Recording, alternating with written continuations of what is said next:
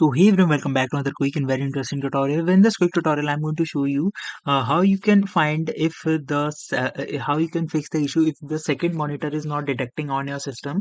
Now, in order to fix that, just simply right click on the start menu, and here you'll see this option of device manager. Now, open the device manager. Once you're in the device manager, go to this option of monitors right there.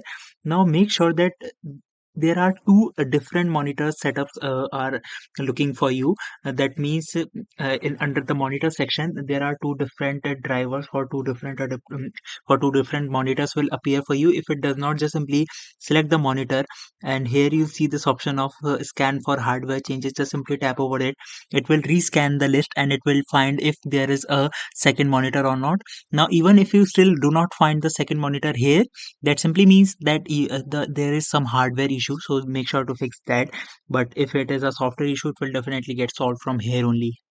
Alright, so that's it for this tutorial. I hope this video will be helpful for you. Make sure to hit the like button and subscribe button for more such helpful and interesting tutorials. See you in the next one. Take care.